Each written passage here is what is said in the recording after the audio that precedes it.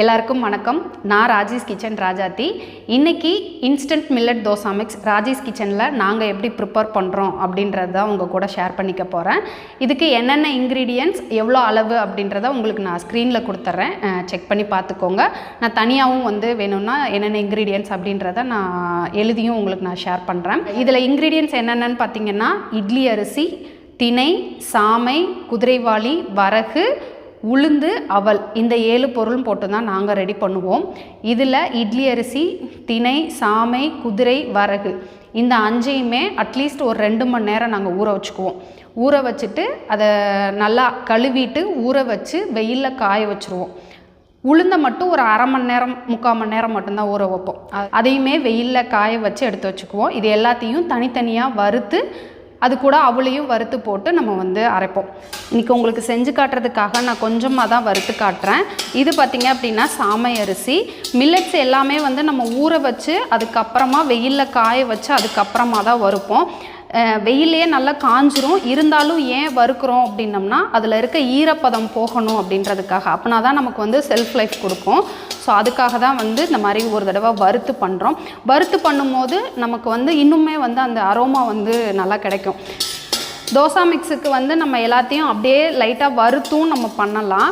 ஊற வச்சு பண்ணோம் அப்படின்னம்னா அது நமக்கு இன்னுமே சாஃப்ட்னஸ் கொடுக்கும். ஊற வச்சு ஒரு பொருளை ஊற வச்சு அதை வெயிலில் காய வச்சு வறுத்து பண்ணும்போது நமக்கு நல்லா சாஃப்டாக இருக்கும். தோசை நல்லா சாஃப்டாக வரும். ஸோ அதுக்காக இப்போ மில்லட்ஸ்லாம் வறுக்கிறோம் அப்படின்னம்னா அடுப்பை பார்த்திங்க அப்படின்னா மீடியம் ஃப்ளேமில் வச்சு தான் வறுக்கணும். ஏன்னா சீக்கிரம் மில்லட்ஸ்லாம் சின்னதாக இருக்கனால கரிஞ்சிரும்.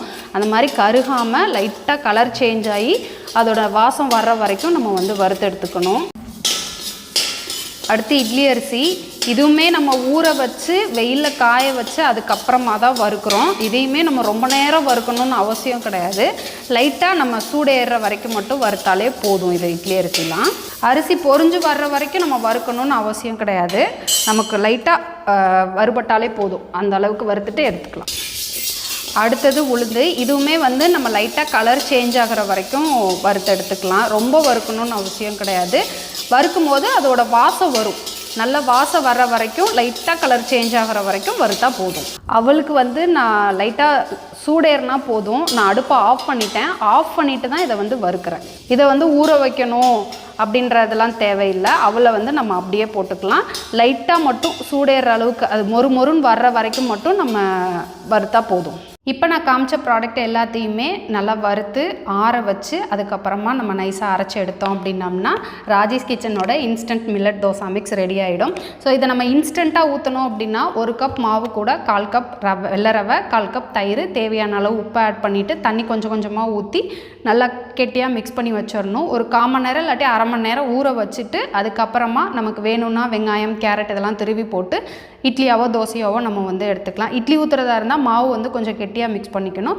தோசைக்கு நம்ம எப்போயும் மிக்ஸ் பண்ணுற மாதிரி மிக்ஸ் பண்ணிக்கலாம். ஸோ இதை இன்ஸ்டண்ட்டாக ஊற்றுறதா இருந்தால் இப்படி ஊற்றிக்கலாம். இதை நம்ம முத நாள் நைட்டே மாவு கூட தண்ணி உப்பு போட்டு நல்லா மிக்ஸ் பண்ணிவிட்டு நல்லா கெட்டியாக மிக்ஸ் பண்ணி வச்சுக்கோங்க. மிக்ஸ் பண்ணி வச்சுட்டு காலையில் ஒரு நைட்டு ஃபுல்லாக நம்ம புளிக்க வச்சு காலையில் இட்லி தோசையாகவும் நம்ம ரெடி பண்ணிக்கலாம். ரவை தோசை மாதிரி வேணும்னாலும் நம்ம ரெடி பண்ணிக்கலாம்.